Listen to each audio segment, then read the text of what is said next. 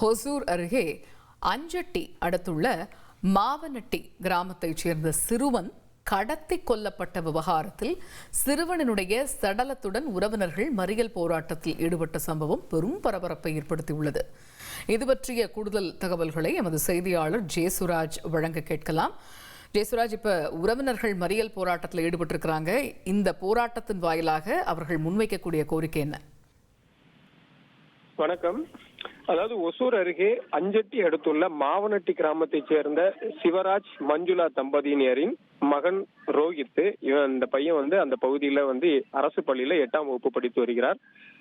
இந்த மாணவன் பார்த்தீங்கன்னா நேற்று மாலை அந்த பகுதியைச் சேர்ந்த 2 வாலிபர்கள் 22 வயது மதிக்கத்தக்க 2 வாலிபர்களால் காரில் கடத்தி கொண்டு செல்லப்படுகிறான். இந்த கடத்தல் சம்பவம் குறித்து அறிந்த அந்த உறவினர்கள், பெற்றோர் மற்றும் அந்த கிராம மக்கள் அஞ்சட்டி காவல் நிலையத்துல புகார் செய்யறாங்க. நேற்று இரவு புகார் செய்யறாங்க. போலீசார் தீவிர விசாரணை நடத்துறாங்க. அதே நேரத்துல அந்த கடத்தல் குறித்து அவர்கள் நடவடிக்கை எடுக்கவில்லை அப்படின்னு சொல்லி காலையில வரைக்கும் அந்த சிறுவன் கண்டுபிடிக்கல அப்படின்னு சொல்லி இன்னைக்கு காலையில காவல் நிலையத்துக்கு போறாங்க. அதே மாதிரி அஞ்சட்டி பேருந்து நிலையத்துல உறவினர்கள் 100க்கும் மேற்பட்டவர் சாலை மறியல் போராட்டத்துல ஈடுபடுறாங்க. தொடர்ச்சியா 1 மணி நேரத்துக்கு மேலாக அந்த கிராம மக்கள் சாலை மறியல் போராட்டத்துல ஈடுபட்டுறாங்க. பெரும் பரபரப்பு ஏற்பட்டது. அதே நேரத்துல போலீசார் சமாதானம் செய்யறாங்க. அந்த நேரத்துல இந்த சிறுவனின் உடல் வனப்பகுதியில கிடக்கு அப்படின்னு சொல்லி ஒரு தகவல் பரவுது.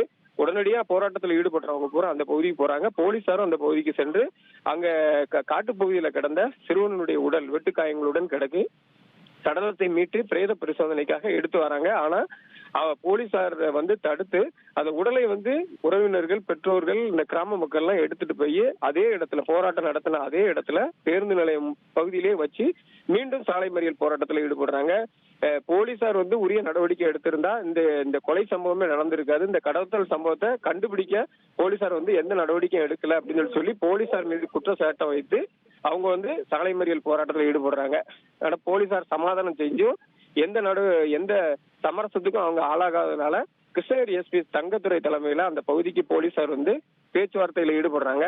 தொடர்ச்சியா பேச்சுவார்த்தை ஈடுபட்டாலும் போலீசார் பொதுமக்கள் அவங்க சமரசம் ஆகாததுனால ஒரு கட்டத்துல போலீசார் அந்த உடலை எடுத்து ஆம்புலன்ஸ்ல ஏத்துறாங்க. அந்த டைம்ல அவங்க இரு தரப்புக்கும் இடையே பயங்கர ஒரு கைகலப்பா மாறுது. ஒரு கட்டத்துல போலீசார் அந்த உடலை, சிறுவனினுடைய உடலை எடுத்து ஆம்புலன்ஸ்ல ஏற்றி பிரேத பரிசோதனைக்காக அனுப்பி வச்சிடறாங்க. தகவல்களுக்கு நன்றி ஜெயசுராஜ். தவிர்க்க முடியாத தம்ப்நெயில்ஸ், கலக்கலான கண்டென்ட்ஸ், சினிமாவும் சீரியஸ் பிரச்சனைகளும், பல வருடங்கள் இடைவெளி கலகலப்பும் கைகலப்பும், ஏற்ற தெரிக்குதுனாலே டன்னு தான். பிரேக்கே இல்லாமல் பிரேக்கிங் நியூஸ் சொல்லும் தந்தி டிவி ஆப். இன்ஸ்டா தலைமுறை வரை இறங்கி அடிக்கும் தந்தி டிவியின் டிஜிட்டல் எக்ஸ்க்ளூசிவ். அது தண்ணிக்குள்ள போகும்போது ஹேங் ஆயிடுச்சு.